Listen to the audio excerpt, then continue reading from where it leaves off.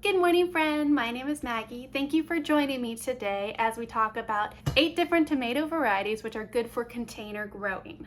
Now, I already did all my planting and seeding up on 10 great varieties of tomatoes. You can check that out in my previous video. But if you're interested in container varieties, here are 8 that might work for you.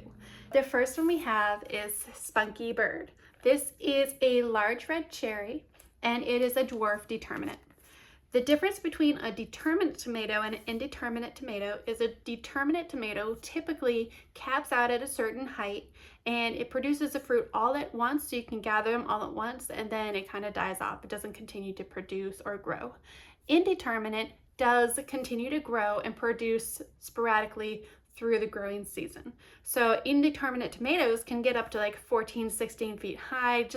They grow like crazy and they keep growing until there's a frost or some other moderating factor such as a disease or something that kills it. So this Spunky Bird is a dwarf determinate, which means that it's going to cap out at a shorter height. This one actually only gets 20 inches, which is, what about like that high? So it's going to be really, really cute. This is going to be like the ideal one for the patio garden. Now the fruit is about 1 to 2 ounces and it is an early producer, which makes sense because it's a smaller plant and they make smaller tomatoes. It was developed by bunny hop seeds and it's supposed to have excellent balanced tomato flavor and it's good disease resistance and heat and humidity. I grow here in the Piedmont area of Virginia, so we get very, very hot and humid summers. So I'm really excited to see how this one does for us. That's Spunky Bird. Moving on, we have helani. Helani is a red salad tomato. It is a determinate variety. It does not specify that's a dwarf, so I don't know how tall this one will get. The fruit size is 6 to 10 ounces.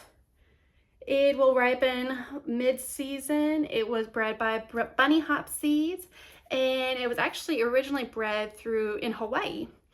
It's an improved anahu if you're really into tomato varieties. But it's supposed to have really good disease resistance and to all kinds of things. Tomato spotted wilt virus, gray leaf spot, fusarium wilt, and I really don't even know. But it does do well against root nematodes, which I know some people have in their soil, which are kind of hard to deal with. This is supposed to be resistant to that. So if you have nematodes, check out helani. All right, the next one is a very fun one I'm personally very excited about. This one is called Dwarf Confetti. Now, Dwarf Confetti is a yellow tomato with pink stripes in it. It is an indeterminate dwarf, so it will cap out at a certain height, but it will continue to produce throughout the season, and it should continue putting on new growth throughout the season as well. So this one will be really, really cool to check out. The fruit size is between 4 to 10 ounces. It produces in about 80 days. It was bred by Heritage Tomato Seed. They are slightly oblate, round, yellow fruit with yellow and pink stripes, yellow flesh on the inside with some pink marbling, and supposed to be very, very high yielding and very delicious. So, Dwarf Confetti. Oh my gosh, I can't wait to see how these do. Next one on our list is Margaret Curtin. This was actually a free seed. This one is a purple beefsteak. It is an indeterminate dwarf, so it's going to be another one of those shorter varieties. And it produces mid-season, bred by bunny hop seeds. And it was originally collected or came over here from New Zealand.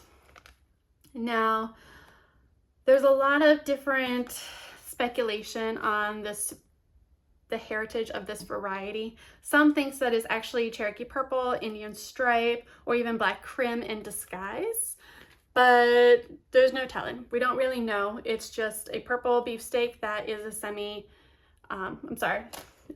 indeterminate dwarf. So we're gonna give this a try. I am growing Cherokee purple. I've added that to my list that I made earlier.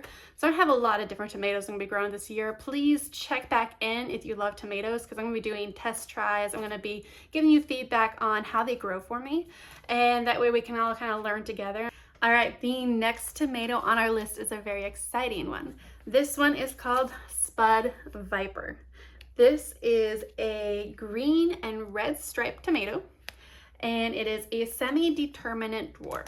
So I'm not exactly sure what that means specifically, but it is semi-determinate. So I'm guessing it only gets a certain height and probably produces most at one time, but we will see. It's an experiment. It'll be fun. All right, it does cap out at 3.5 feet. I will be growing these in my actual garden, like directly in the ground versus in pots. I have really struggled before growing in pots here in my climate because everything gets so hot. It's very difficult for me to keep the pots dry unless I'm watering 2, sometimes even 3 times a day. So until I can get a system with drip irrigation, I'm gonna be just direct seeding them. My friend where I got the seeds from actually is growing in pots. So she has a better system for that. So it'd be nice to see what her input is and what her experience with the same seeds are, like literally from the same packet, versus me in the ground in just an area across town. So that will be really cool to see as well. But the Spud Viper produces mid-season. It's great in hot and humid climates. The flavor has been very good, juicy, more sweet than tart, and very fruity green when ripe flavor, which I'm not really quite sure what that means, but we will hopefully find out. All right. Now, with this, because it is a green with a red bullseye, they did find in production that it needs to ripen on the vine 100% in order to get that red bullseye or the red streaking in the middle. If you pick them early and ripen them inside, or if it's a cooler season, then like it's cooler end of the season, then they might not have the pink inside. So that's pretty cool. I've never seen that on a tomato, and I didn't know that about tomatoes. So I'm learning a lot this year about tomatoes, and I'm really happy to share anything I learn with you guys. Next tomato on my list is raspberry Moki. This is a raspberry purple large salad tomato. It is indeterminate. It does not specify a height, so I do not know how big these will get. It ripens mid-season, bred by bunny hop seeds. It's supposed to have sweet, balanced flavor. The flesh is plump and smooth with luscious gel. Raspberry Moki is more productive on a larger plant with larger fruits. They're not quite as sweet when compared to Dfuku. Dfuku is actually our next tomato on the list. This is a dark purple medium salad tomato. So they have the similar genetics. I think they came from the same crossing, but Dfuku is going to be more of a purple, and raspberry mocha is going to be a little bit of a brighter, like raspberry color. These will be fun to kind of compare to each other. One of these was a free seed. This one, the raspberry Moki, was a free seed because we had ordered Dfuku.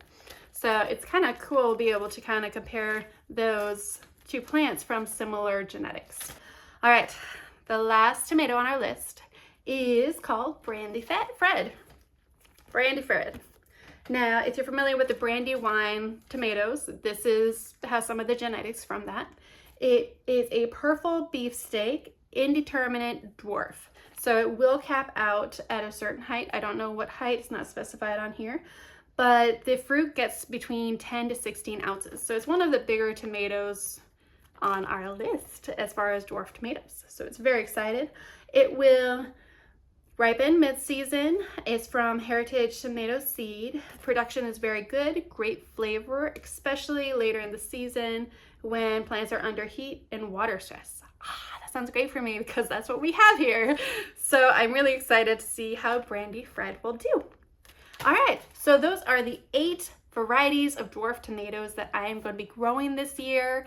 And I will check back in with you guys later to let you know how everything's going. I actually already potted these up a few weeks ago because I've been a little bit busy. I don't know if you know, I got an 9-month-old now, and he keeps me very, very busy, and filming is a little difficult when he's constantly getting his little hands and everything. He loves being outside, he loves the dirt too, so I have to be careful.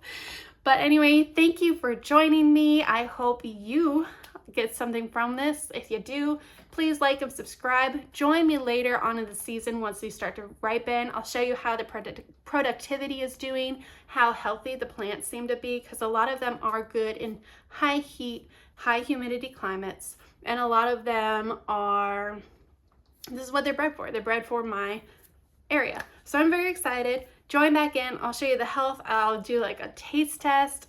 It's going to be a great year for tomatoes, and I'm very excited to be on this journey with you. All right, that's it. I'll see you later. Bye.